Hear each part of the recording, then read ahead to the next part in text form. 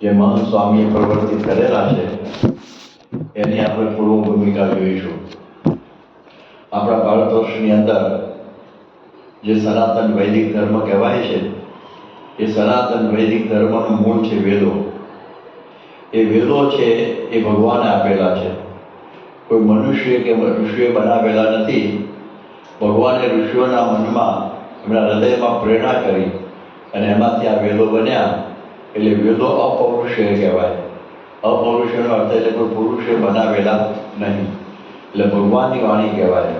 બીજા બધા શાસ્ત્રો છે એ કોઈને કોઈએ બનાવેલા છે દુનિયાભરમાં, પરંતુ આ વેદો ભગવાનની વાણી છે. અને એ વેદો છે એનું મસ્તક, વેદોનું મસ્તક છે ઉપનિષદો. અને એ ઉપનિષદો આમ 108 છે, પ્રસિદ્ધ 10 છે, 10 ને 11. અને આપ જુઓ તો એ વેદોનું જે મસ્તક જે ઉપનિષદો, એમાંથી બ્રહ્મસૂત્રો થયા, એમાંથી ગીતા થઈ, એટલે ઉપનિષદો મુખ્ય કહેવાય છે. એટલે ઉપનિષદોની અંદર 12 મહાવાક્યો છે, એમાંથી 4 મહાવાક્યો પ્રસિદ્ધ આપણે ગણીએ છીએ. એ 4 મહાવાક્યો, એ 4 મહાવાક્યોમાં એક પ્રસિદ્ધ છે, બધા બોલતા હોય છે, અહમ બ્રહ્માસ્મિ. અહમ બ્રહ્માસ્મિ એ નામનું એક મહાવાક્ય છે, એટલે એ બૃહદારણ્યક ઉપનિષદની અંદર એ આવેલું છે. પછી એક બીજું મહાવાક્ય છે અયમ આત્મા બ્રહ્મ, આત્મા બ્રહ્મ જ છે. પછી એ છે માંડુક્ય ઉપનિષદની અંદર આવેલું છે. તત્વમસી એ છાંદોક્ય ઉપનિષદમાં આવ્યું છે. અને પ્રજ્ઞાનમ બ્રહ્મ એ આવેલું છે ઐતરેય ઉપનિષદની અંદર. હવે આ બધાની ઉપરથી એટલો ખ્યાલ આવે કે જે આ 4 મહાવાક્યો બતાવ્યા, અહમ બ્રહ્માસ્મિ, હું બ્રહ્મ છું, અયમ આત્મા બ્રહ્મ, આત્મા બ્રહ્મ છે, તત્વમસી તે તું છે, અને પ્રજ્ઞાનમ બ્રહ્મ, જ્ઞાનમય બ્રહ્મ કહેવાય. આ બધા ઉપર બધા વિદ્વાનોએ, આચાર્યોએ પોતપોતાના ભાષ્યો બનાવ્યા છે. શંકરાચાર્ય, પછી રામાનુજાચાર્ય, ત્યાર પછી મધ્વાચાર્ય, ત્યાર પછી વલ્લભાચાર્ય, ત્યાર પછી નિંબાર્કાચાર્ય, ત્યાર પછી ચૈતન્ય મહાપ્રભુ. આ 6, આ થોડી યાદ રાખજો જેટલું રહે એટલું. પેલા 6 આ મહા મોટા આચાર્યો થયા, એમણે આ મહાવાક્યો ઉપર અને ગીતા ઉપનિષદ અને બ્રહ્મસૂત્ર ઉપર એમણે એ બધા પોતાના ભાષ્યો રચી અને પોતાનો સંપ્રદાય ઊભો કરેલો છે, જે શંકરાચાર્યનો અદ્વૈત સંપ્રદાય કહેવાય છે. પછી વિશિષ્ટાદ્વૈત છે, રામાનુજનો કહેવાય છે વિશિષ્ટાદ્વૈત. પછી મધ્વાચાર્યનો દ્વૈત સંપ્રદાય કહેવાય છે. ત્યાર પછી શુદ્ધાદ્વૈત છે, વલ્લભાચાર્યનો છે. નિંબાર્કાચાર્યનો દ્વૈતાદ્વૈત છે. અને ચૈતન્ય મહાપ્રભુ જે બંગાળમાં થયા, એમનો આ જે મત છે એને અચિંત્ય દ્વૈતાદ્વૈત કહેવાય છે. એમાં આ 3 જણા છે, બધા જે 5 છે એ સાઉથના છે, દક્ષિણ ભારતના, અને એક ચૈતન્ય મહાપ્રભુ બંગાળમાં છે. એટલે આ 6 ઉપર અત્યાર સુધી બધા વિદ્વાનો ચર્ચાઓ કરે, લેખો લખે, પછી એની ઉપર થીસીસો લખે, એની ઉપર બધું તમે જો કોન્ફરન્સો થાય, એની ઉપર સિમ્પોઝિયમ થાય, એની ઉપર ઘણું બધું. આ 6 થી આગળ ના જાય. આ 6 ની અંદર જ રમવાનું બધું. કોલેજોમાં જે ભણાવે ફિલોસોફી આ 6 ની અંદર જ હોય. અને મોટા મોટા વિદ્વાનોનો એ મત હતો, એ દાસગુપ્તાને, આ બારનેટને, ભાંડારકરને, કે ચૈતન્ય મહાપ્રભુ પછી 700 વર્ષ થયા છે, હજી કોઈ નવું તત્વજ્ઞાન આપેલું નથી. બધા આટલામાં જ રમ્યા કરે છે. એટલે આવી વાત બનેલી ત્યારે ભગવાન સ્વામિનારાયણે 250 વર્ષ પહેલાં એક મૌલિક નવો સિદ્ધાંત આપ્યો. એ વિભૂષણમાં શું વધારે પૂછતા હતા? મને યાદ છે 5 તત્વોની વાતો પૂછતા. કયા 5 તત્વો ક્યાં છે? જીવ, ઈશ્વર, માયા, બ્રહ્મ અને બરોબર. આટલું તો સમજવાનું આપણે. આ 5 તત્વો સંબંધી બધાને પ્રશ્ન પૂછતા. હવે એમાં જુઓ કે રામાનુજમાં જીવ, ઈશ્વર અને માયા 3ની જ વાત છે. બ્રહ્મ અને પરબ્રહ્મની વાત બધા માટે નવી હતી. કે બ્રહ્મના 2 ભાગ કરવાની વાત છે ને, કોઈ હજી વિચારી નથી કે બ્રહ્મનો અર્થ બ્રહ્મ અને પરબ્રહ્મ બંને પણ થઈ શકે છે. એ આખી શોધ કરનાર હતા ભગવાન સ્વામિનારાયણ. એમણે ગઢડા મધ્ય 3જા વચનામાં વાત સમજાવી કે બ્રહ્મ જ્ઞાન, બાકી બ્રહ્મ એટલે બ્રહ્મ, બીજું શું એમાં? બ્રહ્મ એટલે પરબ્રહ્મ, બ્રહ્મ એટલે જીવ, બ્રહ્મ એટલે માયા, એવું જ બધું કરતા. પણ આ પ્રમાણે ભગવાન સ્વામિનારાયણ બ્રહ્મ જ્ઞાન છે એમાં તો એમ સમજવું, બહુ ટૂંકમાં કહ્યું, મધ્યનું 3જું વચનામાં છેલ્લો ફકરો વાંચ્યો ગયા છે. તેમાં એવું બતાવ્યું છે કે બ્રહ્મ છે પ્રકૃતિ પુરુષનું કારણ છે. કે ડાયમંડ કે પ્રકૃતિ પુરુષ પછી બ્રહ્મ ને પછી પરબ્રહ્મ.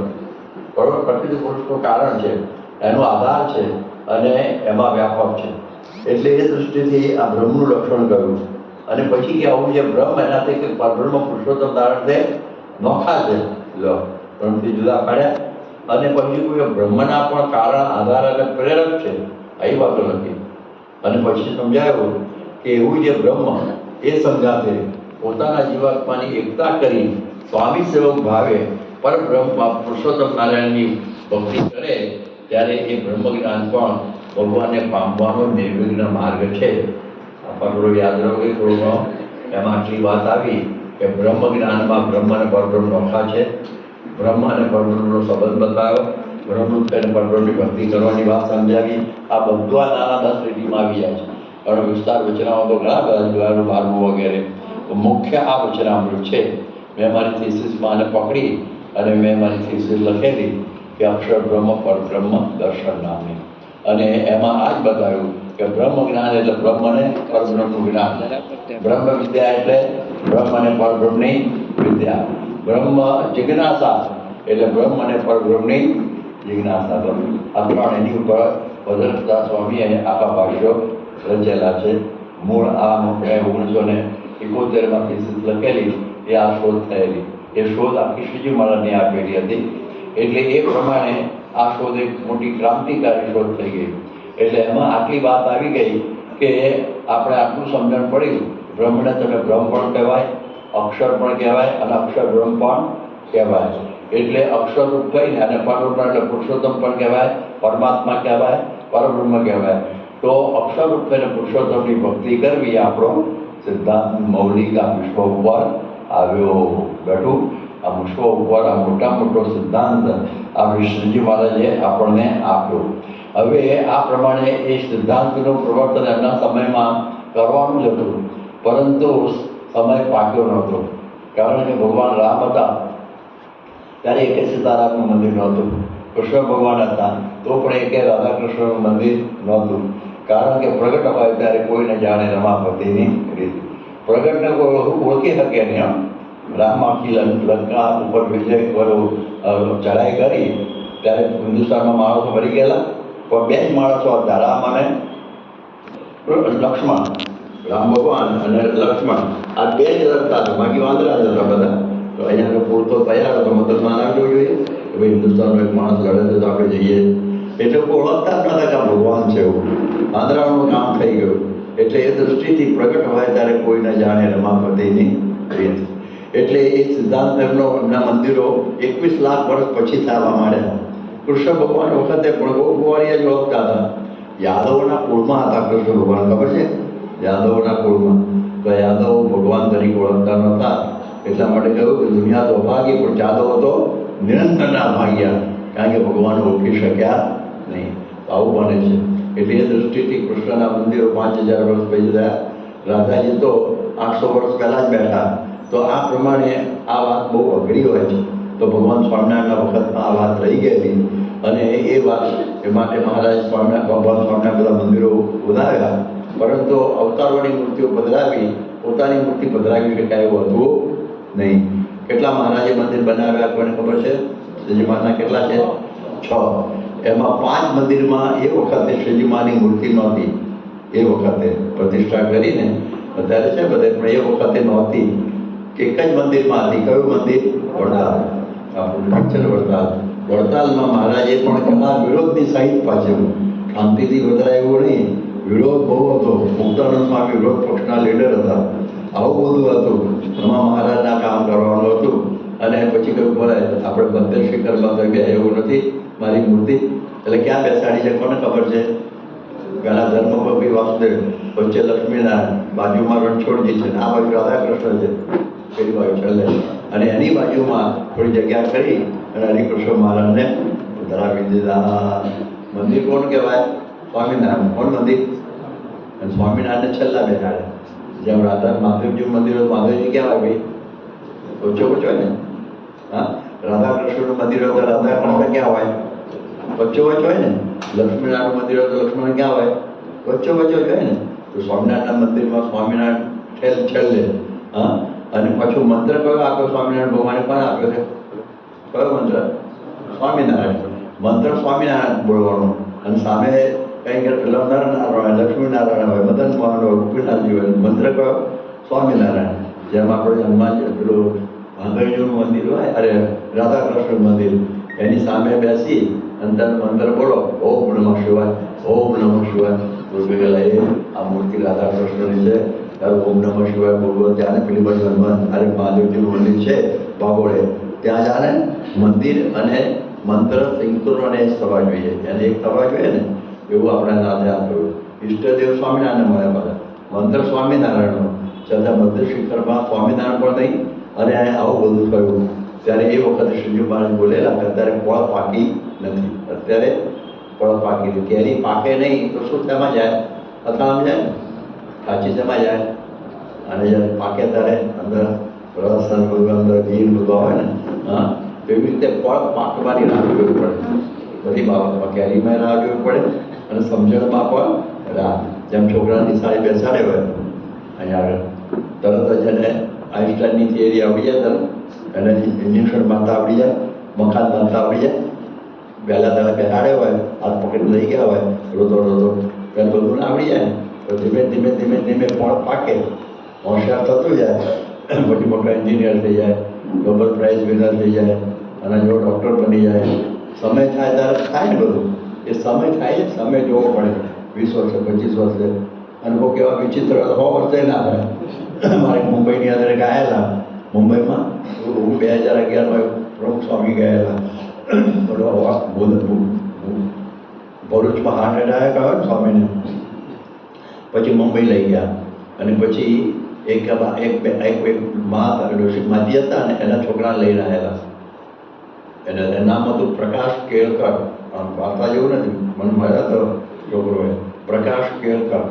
અને એને કહ્યું કે સ્વામી દર્શન કરવા આવે છે, આમ તો મળતા નહોતા, તબિયત ખરાબ હતી, પણ દર્શન કરવાની જ આવે, તો મારા છોકરાને આશીર્વાદ અપાવવાના છે. તો શું આશીર્વાદ ખબર છે? કે 11મા ધોરણમાં પાસ થઈ જાય. શામાં? 11મા ધોરણમાં. કારણ કે 10મા ધોરણમાં 44 ટ્રાયલે પાસ થયો છે. સમજણ પડી? 10મા ધોરણમાં 44માં ટ્રાયલે પાસ થયો. મેં જોયેલો ફોટો આબા જેવો થઈ ગયો. તો એની માને ધન્ય છે ને કે હજી 11-12 કલાવું છે. વસ્તુ થયો તો મને ખબર નહીં, પણ આ પ્રમાણે ઘણા એવા ફળ પાકતા ઘણાને વાર થાય ને, અને 44 વર્ષે માંડ પાકી 10મામાં. તો આપણે જરા વિચાર કરીએ કે આ તો સમજણની વાત છે, ઉપાસનાની વાત છે. એક દિવસ સમજાય નહીં, બહુ અઘરું છે. ઉપાસનાની વાત શ્રીજીમાને કહેતા પણ કેટલી તકલીફ પડેલી કે વાતમાં સમજતા હોય, મોટેરા હોય, જે આગળ આવીને બેસો, આ મારે વાત કહેવી છે, એ દંભે કરીને મારી મોટાઈ વધારવા નથી કહેવી, અને આ કહેતા બીક લાગે છે, છતાં કયા વગર છૂટકો નથી. આટલી બધી પ્રસ્તાવના કરે, આટલી જ વાત કરવાની હતી કે તેજને વિશે મૂર્તિ છે, યાદ પ્રત્યક્ષ મહારાજ છે. મારે બોલી તો બોલી ગયા, પણ જોયું સભામાં શું બોલ્યા, પોતાની વાત ચણપણ અમી ગયા મારા. મહારાજ બીજું વાક્ય શું બોલ્યા? એમ ન સમજાય તો એ મૂર્તિને મહારાજ દેખે છે, એમ સમજશો તો પણ તમારું પરિપૂર્ણ કલ્યાણ થશે. પણ તબ શું ઉતરી ગયા, એક પગથિયું નીચે ઉતરી ગયા. ખબર પડી? ભગવાનમાંથી ભક્તે થઈ ગયા, બીક લાગી. ભગવાન મને નથી કે પોતે ભગત ભાવજો, એટલી વાત આવી ને. એટલે આખરી વાત, એટલે એ વખતે શ્રીજી મારે કહ્યું કે અત્યારે આ વાત સમજાતી નથી, પરંતુ ઉત્પન્ન થશે એમાં કોપી સમાન ધર્મમાં કાલો યમ નિર્વધી વિપુલા છે પૃથ્વી. પૃથ્વી ઉપર હવે પૃથ્વી તો વિશાળ છે, બહુરત્ના વસુંધરા બહુ મોટી છે, એટલે એને કાળ પર વિશાળ લાંબો છે, કાળનો સ્પાન બહુ લાંબો છે. ત્યારે એમાંથી કોક એવો પુરુષ પ્રગટ થશે, અને જેમ મેં નર અને નારાયણ, લક્ષ્મી અને નારાયણ, રાધા અને કૃષ્ણ, આ બધી સુંદર મૂર્તિઓ પધરાવી છે, ભગવાન બરાબર છે, એ બે મેં મૂર્તિઓ પધરાવી છે. એવી રીતે ભવિષ્યમાં કોઈક એવો પુરુષ થશે, અને આ એવી રીતે મારા ઉત્તમ ભક્ત ગુણાતીત અક્ષર બ્રહ્મ, એની સાથે પરબ્રહ્મ એવા મારી મૂર્તિ મધ્ય શિખરમાં બિરાજે. અને પુરુષ પણ પ્રગટ થયા, શાસ્ત્રીય યજ્ઞ પુરુષ. જો આ પૂર્વ ખબર પડી. તો એ યજ્ઞ પુરુષદાસજી પ્રગટ થયા, અને એમણે કહ્યું કે હવે આ વાત આપણે પ્રગટાવી. એમણે ભગતજી થકી ત્યાં સુરતની અંદર આ વાત સાંભળી લીધેલી કે ગુણાતીતાન મૂળાક્ષર સહજાનંદે પરમેશ્વર. આ વાત એમને સમજી લીધેલી. આ બહુ અઘરી વાતો છે. ઘણા બધા વેદાંતિઓ, બીજા બધા હિન્દુસ્તાનમાં બધા ઘણા બધા તત્વજ્ઞાનીઓ પણ છે, પણ આ સમજવું બહુ અઘરું. હું વડોદરામાં જેમની પાસે આ થીસીસ કરતો હતો એ મારા પ્રોફેસર મોદી સાહેબ PM મોદી વાણિયા હતા, PM મોદી, અને જર્મનીમાંથી 1931માં કિલ યુનિવર્સિટીમાંથી અક્ષરે forgotten chapter history of Indian philosophy એવું થીસીસ લખેલી, PhD થયેલા. એટલે મને તો મારે એમની પાસે બધું અક્ષર વિષય બધું જ્ઞાનમાં મારા માટે મહિનો રહેલો. ત્યાર પછી એમને કહે કે તમારા અક્ષરની વાત પછી મેં બધું ત્રીજું વંચાયું કે આ નવી વાત છે, આ નવું ફિલોસોફી. એટલે કે એમ નહીં, ચાલો અટલાદરા લઈ ગયો અને અટલાદરાની અંદર ઉપર દર્શન કર્યા અક્ષર અને પુરુષોત્તમની મૂર્તિ. ધામધામની ત્રણે જ આમ તો, પણ અક્ષર અને પુરુષોત્તમની મૂર્તિ, અક્ષરની મૂર્તિ છે તો શું વાત કરો છો? મેં તો ફોરગોટન ચેપ્ટર લખ્યું હતું, નહીં તો મારું મૂર્તિમાન છે. આવા તો બહુ છે, આવા તો 1300 મંદિરો છે, અને હજી ફક્ત લાખો છે, એની દરેક પૂજાની અંદર આવું મૂર્તિઓ છે ચિત્રપ્રતિમાં. તો શું વાત કરો છો? મેં કહ્યું આ ફોરગોટન ચેપ્ટર નથી, અમારે ત્યાં તો મૂર્તિમાન ચેપ્ટર છે. પછી હું નીચે લઈ ગયો કે ગુરુ બાપા હતા 69માં, વિકોદ્રા બાપા ધામમાં ગયા આગળમાં, અટલાદરા જતા પણ જાય વખતે, અને મેં એમના દર્શન કર્યા અને કહ્યું ગયો ઉપર અક્ષરની જે મૂર્તિ છે ને એ કેવી કહેવાય? અચલ મૂર્તિ કહેવાય, હલે નહીં. આની બધી અચલ કહેવાય. અને આ જે છે ને યોગી બાપા એ હરતી ફરતી અક્ષરની મૂર્તિ છે, જેમાં ત્યારે મોહન સ્વામી છે, હરતી ફરતી મૂર્તિ છે. આનો મનગર્ભ વચને સહન કરીએ તો એમના જેવા થઈ અને પુરુષોત્તમની ભક્તિ પામીએ. ઓહો, તમારે ત્યાં તો હરતું ફરતું તત્વજ્ઞાન છે, હરતું ફરતું તત્વજ્ઞાન એ જ છે ને. અમારે ત્યાં વાતો નથી, વાચ્યાર્થ નથી, લક્ષ્યાર્થ છે. આવા પુરુષ તમે રોલ મોડલ જેવા છે અને એના થકી આપણે પણ બની શકીએ. આ તો નવીન વાત. તો આવું તત્વજ્ઞાન શાસ્ત્રી મહારાજને ખબર પડી છે, એટલે એમને જો આમાં આપણે હવે આનું તત્વજ્ઞાન માટે મંદિરો બાંધવા. હવે એમણે આ વાત મંદિરો બાંધવાની કરી અને એમાં જે 5 મંદિરો બનાવ્યા એની વાત હું આગળ કરું એ પૂર્વે એમણે જે મંદિરો બનાવવાનું નક્કી કર્યું એના માટે વડતાલમાં તો થઈ શકે એવું હતું નહીં. એટલે વડતાલમાંથી બહાર નીકળ્યા અને આ કાર્ય એમણે ઉપાડવાનું શરૂ કર્યું. અને આપણે જોયું કે એમણે આટલા બધા કાર્યો કરી દીધા 5 મંદિરોના. હવે મહંત સ્વામી મહારાજ અત્યારે પ્રગટ બ્રહ્મ સ્વરૂપ છે, કારણ કે ગમે એટલું જ્ઞાન હોય અક્ષર પુરુષોત્તમનું, પરંતુ પ્રગટ વગર તો એને જ્ઞાનની સિદ્ધિ જ ના થાય ને. ચોપડીઓમાં લખેલું હોય બધું, પ્રોફેસર બધા હોય અને પેલી પુસ્તકો લાઇબ્રેરી, પણ પ્રોફેસર વગર તમારે જ્ઞાન સંપાદન થઈ શકે જ નહીં. એટલે શું કામ સરકાર આટલા પ્રોફેસરો રાખે? લાઇબ્રેરીથી જ પકાઈ દે ને, જાઓ લાઇબ્રેરીમાં ભણેલો હતા, ડૉક્ટર થઈ જાઓ, એન્જિનિયર થઈ જાઓ, PhD થઈ જાઓ, એમ તો લાઇબ્રેરીઓને સોંપી દે. પ્રોફેસરો છે ને બધા, કેટલા શિક્ષકો છે, કેટલા પ્રોફેસરો છે આપણા હિન્દુસ્તાનમાં, અને કેટલો ખર્ચો આપણે લશ્કર પછી બીજા નંબરનો ખર્ચો શિક્ષણ પાછળ છે, ખબર છે? તો આવું બધું કરે છે. એવી રીતે અક્ષર પુરુષોત્તમનું જ્ઞાન છે ને, ગુણાતીતાનંદ ગુણોત્સવ સહજાનંદ કંઈક પરમેશ્વર જિંદગીભર બોલો હોય અક્ષરરૂપ ના પાવ તમે, પણ એના માટે સાક્ષાત અક્ષરનો સંગ જોઈએ. આપણું જ્ઞાનમાં પ્રગટ જોઈએ ને જોઈએ. તો અત્યારે મહંત સ્વામી મહારાજ પ્રગટ છે. હવે એમને થયું કે આપણે હવે આપણા તત્વજ્ઞાનને અનુરૂપ બધા શાસ્ત્રો બનાવવા, એટલે એમણે સત્સંગ દીક્ષા કરી. પછી એમણે મહાપૂજા પણ એવી રીતે બનાવી, આરતી પણ એ રીતે બનાવી. તે મહાપૂજાનું ઉદ્ઘાટન કરવાનું હતું, એટલે ભદ્ર સ્વામી બનાવેલી આપણી મહાપૂજા અક્ષર પુરુષોત્તમ સિદ્ધાંતને અનુરૂપ. એટલે બોચાસણની અંદર આ કાર્ય ઊભું કરવાનું થયું. અને બોચાસણની અંદર સ્વામી ત્યાં આગળ હતા. અને એ વખતે સને 2018ની વાત છે, ઈસવીસન 2018. અને કારતક વદ એકાદશી જે દિવસ આશીર્વાદ વડતાલથી નીકળેલા એ દિવસ પસંદ કરેલો. અને ત્યાં પછી મહાપૂજા સલામત સારી રીતે થઈ. અને ભાઈ સ્વામીને પ્રવચન કરવાનું થયું ત્યારે મહંત સ્વામી મહારાજ નહીં તો 4-5 વખત બોલ્યા કે શાસ્ત્રી મહારાજ એમ કહેતા કે આ મુંડાયું છે તે અક્ષર પુરુષોત્તમ માટે મુંડાયું છે. આ એની પર વાત આપણે કરી રહ્યા છે. આ મુંડાયું છે તે અક્ષર પુરુષોત્તમ માટે મુંડાવેલું છે. એટલે આપણે આ સમજવાનું. મુંડાવ્યું એટલે શું? એના માટે આ બધું સમર્પિત થઈ ગયા. આ સિદ્ધાંત માટે જીવન સમર્પિત કરી દીધું, એનું નામ કહેવાય મુંડાવું. જેમ કોઈ વ્યક્તિ એક ધ્યેય લઈને સિદ્ધ કરવામાં આખું જીવન સમર્પિત કરી દે, એનું નામ શું કહેવાય? મુંડાવ્યું. લૌકિક રીતે તમને સમજ પડું. ન્યૂટન છે, પછી થોમસ આલ્વા એડિસન છે, જેના લાઇટ શોધી છે ને. લાઇટ એટલે શું? બલ્બ. લાઇટ જે છે ને, વીજળી તો ફરાડે શોધેલી, ફરાડે. અને એનું એપ્લિકેશન બલ્બમાં થાય એ શોધ કોણે કરેલી? એડિસને. પણ આખી જિંદગી એની જતી રહી, એની પત્નીને ભૂલી ગયેલો, આ ભૂલી ગયેલો, બસ આની પાછળ જ. તો આપણે અત્યારે આ નીચે બેઠે મારે ફાનસ રાખવી પડે દિવાળીમાં એનો આખો થયો એને. એવી રીતે તમે જો વાચસ્પતિ મિશ્ર મહાપંડિત હતા, પોતાની 20 વર્ષથી થઈ પરણેલી પરણેતર એને ભૂલી ગયેલા, ઘરમાં જતી તોય ખ્યાલ નહીં મારી પત્ની મારી સાથે રહે છે, લખવામાં જ પડેલા. તમે જુઓ કે ગાંધીજી એને પણ સ્વતંત્રતા માટે મુંડાવેલું. આ મુંડાવાની બધામાં સ્વતંત્રતા માટે મુંડાવેલું. તો પછી જ્યારે દાંડી કૂચ નીકળી 1930માં 12મી એપ્રિલે, અને ત્યાંથી સાબરમતી આશ્રમમાંથી નીકળતા શું બોલેલા દરવાજા આગળ કે કાકડા કૂતરાના મોતે મરી જઈશ પણ સ્વતંત્રતા લીધા વગર અહીંયા આગળ પ્રવેશ કરીશ નહીં આ દરવાજામાં.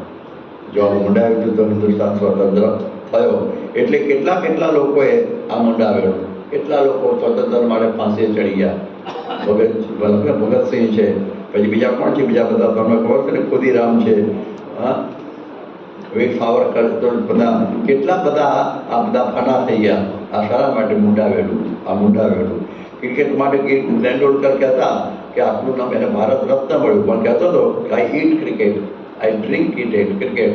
એ ક્રિકેટ સિવાય બીજો વિચાર જ નહીં. આપણે કેટલી લમણાજી ખોટી કર્યા કરીએ, તો આ બધું કર્યું કહેવાય. તમે જો માર્ટિન લ્યુથર કિંગ, એને પછી નોબેલ પ્રાઇઝ વિનર હતો, પરંતુ કાયાઓને મુક્તિ અપાવવા માટે અને સમાનતા હકાવવા માટે અમેરિકા એનું પણ પૂર્ણ થઈ ગયું. તમે જો અબ્દુલ કલામ સાહેબ, હવે એક વખત એમનું લગ્નનું બધું ગોઠવાયું, કંકોત્રી છપાઈ ગઈ, અને એ વખત પેલા બધું શોધખોળમાં પડેલા પેલો મિસાઇલ બધું બનાવતું, લગ્નની તારીખ ભૂલી ગયા. તારીખ જતી રહી ત્યારે કલાક પર લગ્ન રહી ગયું. ત્યારે નક્કી કર્યું લવાટ પડવા જેવું નહીં, લમણાજીમાં પડ્યા જ નહીં. કારણ કે એને આના માટે મુંડાવેલું. એને સિનેમા નહીં જોયેલું કોઈ દિવસ. બોલો કેવું કહેવાય, એવું મુંડાવેલું એના માટે. તો આ પ્રમાણેના આવા બધા મુંડાયેલા વાત કહેવાય. અલૌકિકમાં જુઓ તો આપણા પરમહંસો, જ્યારે ભગવાન સ્વામિનારાયણ એનો પ્રચાર પ્રસાર કરવા માટે પંચવટમાં કડક રાખી અને દેશ વિદેશ આખા હિન્દુસ્તાનમાં ફરતા. એમને બાબાએ સાધુઓ મારતા, કાપી પણ નાખેલા, ગામ પણ દીધેલા. હીરાનંદના બધા શરીર આખા ઉપર પાછા પડ્યા નહીં. એનું કારણ શું?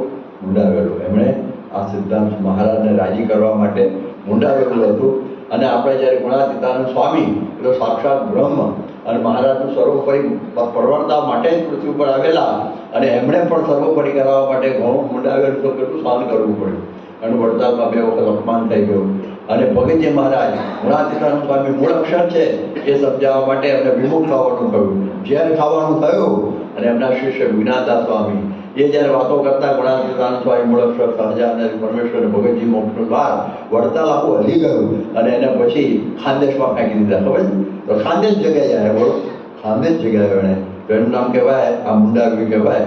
તો આપણે જોઈએ કે આ ભગતજી મહારાજના ફકીર શાસ્ત્રી અગ્નપુરુષદાસજીએ આ વાત સમજાવવા, તો આપણા વિના પુરુષ છે પણ આ રીતે સમજ્યા અને નક્કી થઈ ગયું કે આ વાત સાચી છે. પછી બોલતા મારો જન્મ જ મંદિરો કરવા ગયો છે, અને પછી તો કરેંગે યા મરેંગે એની રીતે નીકળી ગયા.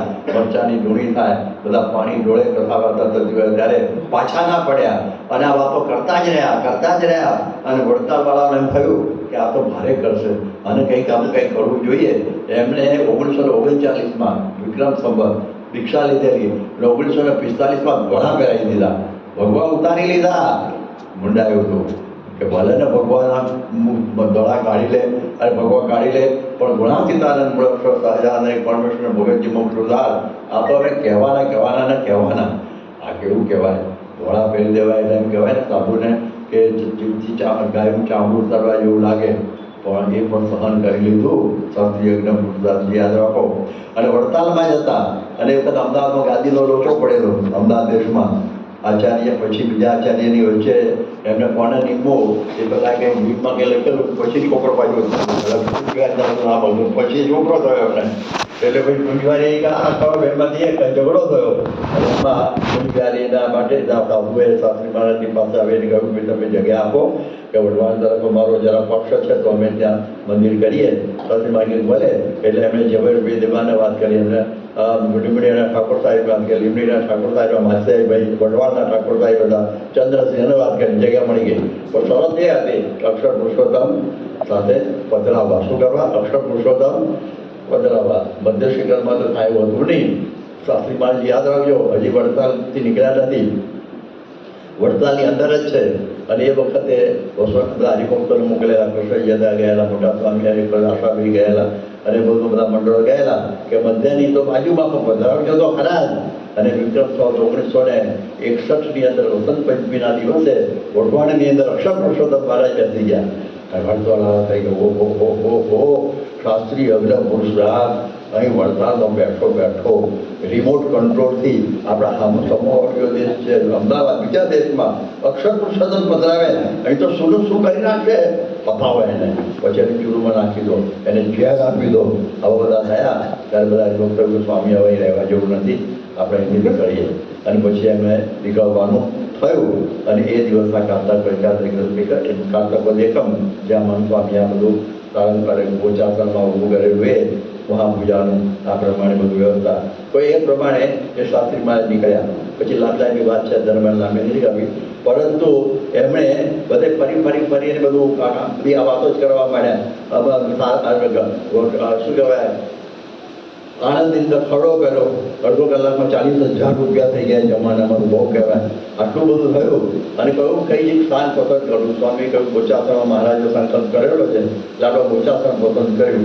અને પછી 6 મહિનાની અંદર તો મંદિર તૈયાર થઈ ગયું. હીરોમુખી સત્સંગી થઈ ગયેલો, વડતાલવાળા આવી ગયા, કંઈ ગજવાગ એવો આપણો છે નહીં. અને એમાં મંદિર ક્ષેત્રની અંદર અક્ષર સહિત પુરુષોત્તમ મહારાજ બિરાજી ગયા. સાસુમાં કહેતા હતા, હું મારી જોડી ઉપર પુસ્તક સહિત મંદિર બાંધું છું.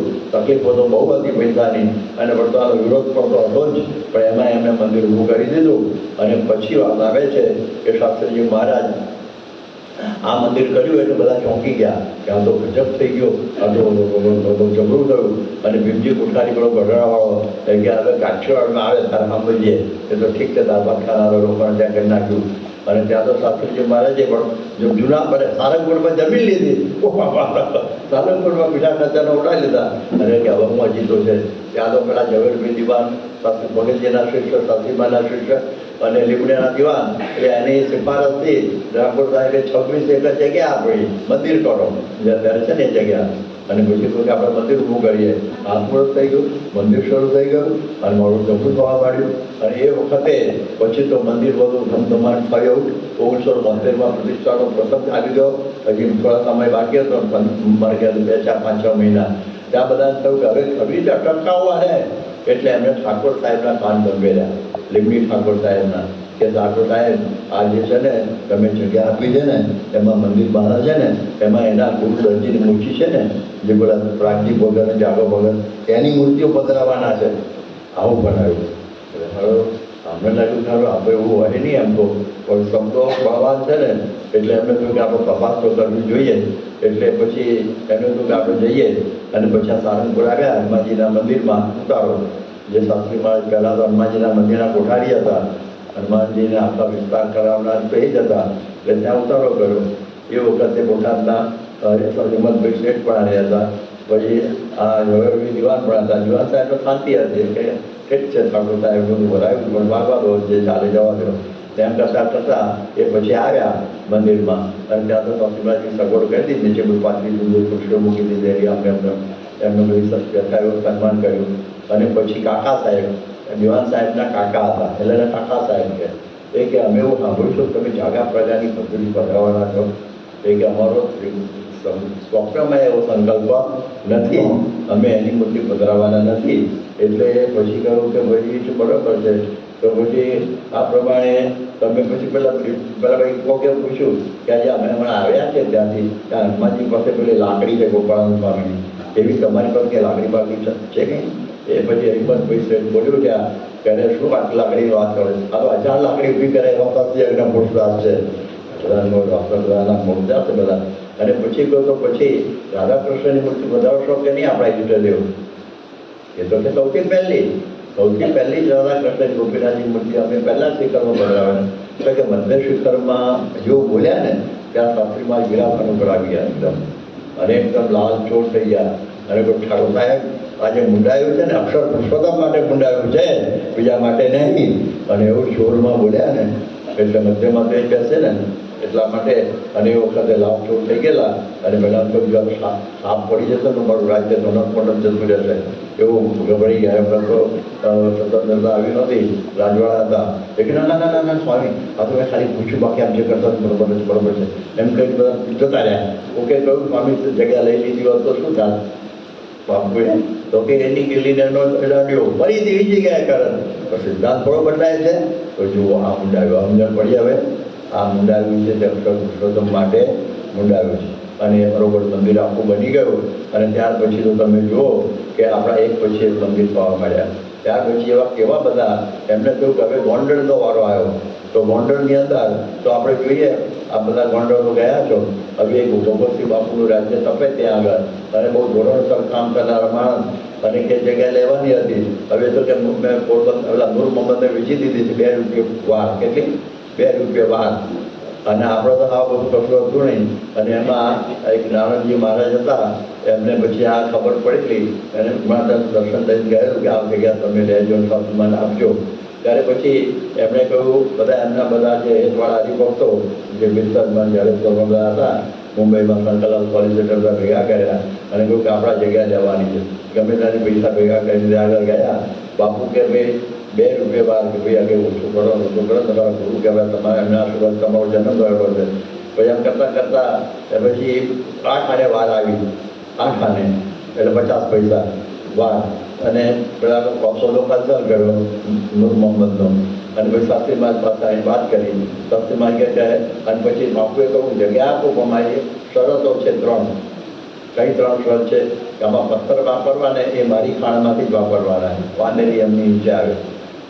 મોહમ્મદ જીણાનું ગામ કે પાનેલી, મોટી પાનેલી આ બાપુનું ગામ કહેવાય. તો રાજ્ય રજવાડા પ્રમાણે એટલે એના પથ્થર વાપરવાના ઠીક છે. અને 3 વર્ષમાં મંદિર પૂરું કરવાનું 2. અને ત્રીજું 10 લાખ રૂપિયા ખર્ચવાના. કેટલા? અહીંયા આગળ તો આપણા જ્યારે જોડી માગે ત્યારે સારંગપુરમાં તાવડી હાલે, કોઈ ત્યાં છાશ ન આપે, પેલા મસાલાના ડબ્બામાં રસોઈ કરવાનું એક જ વખતે. અને આ પ્રમાણે 10 લાખ સાથે હા પાડી દીધી. હવે કિંમત કહેવાય ને. હા હા કે ભારે કરી. અને પછી તો બાપુને તો કેવું કરશે, શું થશે? પરંતુ શાસ્ત્રીમાનનો પ્રતાપ એવો કે 3 વર્ષમાં મતલબ 2 વર્ષમાં મંદિર થઈ ગયું અને જબરજસ્ત અક્ષર પુરુષોત્તમ મહારાજની પ્રતિષ્ઠા થઈ ગઈ ગોંડલની અંદર. તો આ એમણે મુંડાવેલું તો ગમે તે રીતે પણ કાર્ય કરવામાં પાછા પડતા નહીં. જેમ એમ કહે છે ને કે એ ઉત્તમ પુરુષ કોને કહેવાય? કે પ્રારબ્ધ ઉત્તમ જના અને પરિત્યજનથી. જે કનિષ્ઠ હોય વિઘ્નના ભયથી શરૂઆત જ ન કરે, આમાં જવા જેવું નથી. બીજો હોય એ શું ના કરે કે વચ્ચેથી મૂકી દે, થાકી ગયા તો મૂકી દે. અને ત્રીજો હોય એની પર ગમે એટલા વિઘ્ન થાય પાછો ન પડે. એ શાસ્ત્રીય અગ્રમ પુરુષ ઉત્તમ પુરુષ. અને પછી તો વાત આવી અટલાદરાનું મંદિર કરવાની. અટલાદરામાં બધા ના પાડે કે ગામથી દૂર છે, બધે ચોરી લૂંટફાટ થઈ જાય છે. વડોદરાથી દૂર થયો વખતે અને કંઈ કોઈ મીઠું આપે એવું નહીં. અને ગામમાં હું મંદિર કરવાનું તેમ સાથે મારા બાપુ પરથી મંદિર કરી. જો બરોડાનું મંદિર કેવું થઈ ગયું. અને પછી ગઢડાનું તો કરવું હતું ત્યારે શ્રીજી મારો સંકલ્પ હતો ત્યારે બધા એવું ગઢડામાં તો ના થાય. ગઢડામાં થાય નહીં. 2 મંદિર છે મોટું, મહારાજનું બાંધેલું નાનું ગામ છે. અને કેવી રીતે બીજું થાય? એમને પાછા કાન બંબેરા દરબારો એ વખત કાનના બધા કાચા હોય એ વખતના. એટલે દરબાર હતા કૃષ્ણકુમારસિંહજી. અને એમને કહ્યું દીધું ભાઈ 2 ગામ મંદિર થશે, ઝઘડો થશે, આમ થશે, એમ બીજું જે છે. એટલે એમનો એક શર માની દીધો કે આખા ભાવનગર દર સ્ટેટની અંદર શાસ્ત્રીય પુરુષ શાસ્ત્રી 1 ઇંચ જગ્યા ના આપી. આખો ભાવનગર સ્ટેટ પણ પેલું નહીં, ગઢડાએ આખા સ્ટેટની ના પાડી દીધી. બધા કે સ્વામી આવું મૂકી દો, આ બની શકે એવું છે જ નહીં. અને આપણે બધું પતી ગયો. આવા શાસ્ત્રી મહારાજ કે થશે થશે ને થશે. શ્રીજીવાનો સંકલ્પ છે, શું ના થાય? રાજ્ય પલટો થશે અને કાર્ય થશે. હવે રાજ્ય પલટો ક્યાંથી થાય? એ વખત જે અંગ્રેજોનું રાજ્ય તપતું હોય અને એમાં ગાંધીજી બિચારા ચંડોળ જોડી લઈને ફરતા હોય, એમાં ક્યાંથી થાય બધું? બધી કઠણમાં કઠણ બધું હતું. પરંતુ 1947ની અંદર રાજ્ય આપણે ભારત સ્વતંત્ર થયું અને એ વખતે ડેપ્યુટી કલેક્ટર પાલિતાણાના આપણે આવી ગયા ગોવિંદસિંહજી ગુજરાતમાં. પાલિતાણા નીચે એ વખત ગઢડા ગણાતું. એટલે એ કે હવે સ્વામી જે લેવી લઈ લો, ટેકરા ઉપર જમીન હવે મારો અમલ ચાલે છે. અને જગ્યા મળી ગઈ. અને પછી છેલ્લે કહ્યું કે હવે તો ઓર્ડિનરી નહીં, આરસનું મંદિર. એ વખતે અત્યારે તો ઘણા થઈ ગયા, આપણે પોતે ઘણા કરી નાખ્યા આરસના, પણ એ વખતે આખા હિન્દુઓમાં ફક્ત પહેલું જ મંદિર હિન્દુનું, જૈનના હતા. પહેલું મંદિર કયું બન્યું? ગઢડાનું. હવે આવું તો કેવું લાગે, જો અદભુત છે ને, જયા મંદિર જોયું અંદરની વાંચું એક્ઝિબિશન ને બધું, તો જુઓ આ પ્રમાણે આ મુંડાવ્યા હોય એનાથી આ કાર્ય થાય, એમ થાય નહીં. તો આપણે જોયું કે આ પ્રકારે શાસ્ત્રી મહારાજ આ બધા કાર્ય કર્યા. ત્યાર પછી યોગીજમાનું કાર્ય મોટું તો એ થયું કે એમણે જોયું કે મંદિરો તો થયા, પણ એમાં જનારો વર્ગ નહીં હોય તો મંદિરોમાં કૂતરા આટા મારે, પછી બાવા જા મંગ્યા હોય, તારું લોકો તમાકુ કરતા હોય ને એવું બધું થાય ત્યારે, એટલે એમણે બાળ મંડળો શરૂ કર્યા, નહીં પડ્યા કે 150 છોકરાઓ છે. અને એની સાથે એમણે યુવા મંડળ શરૂ કર્યા, રવિવારની સભા શરૂ કરી, મંદિરો ગાતા થઈ ગયા, મંદિરો ગાતા કરી દીધા.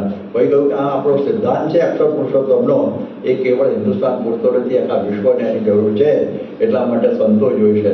એટલે એમણે સંતોની આખી વાત ઉપાડી અને એમાં 51 સંતો કર્યા અને એમાં આપણને મળી ગયા મહંત સ્વામી મહારાજ પહેલા મહારાજ. અમે પણ એમાંના એક ગ્રુપમાં છીએ, તો આપણને થોડો ખ્યાલ આવે 51ની અંદર.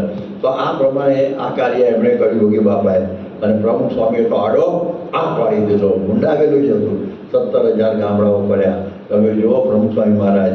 અને હું એમને ભેગો 42 વર્ષ ફર્યો છું, એક ગામો મને યાદ છે, 17,000 ગામો ફર્યા. એની સાથે 2.5 લાખ ઘરોમાં ગયા, 40 લાખ રોકડો મળ્યા, 7,40,000 પત્રો લખ્યા, 51 દેશોની અંદર 52 દેશોની અંદર વિચરણ કર્યું. આદિવાસીના ઝૂંપડાથી બધી જગ્યાએ ગુણાતીતાનંદ, મૂળોત્સવ, સાજા, પરમેશ્વર જે ચલાવ્યું અને જે ચલાવ્યું, તો આખું દુનિયા રંગાઈ ગઈ.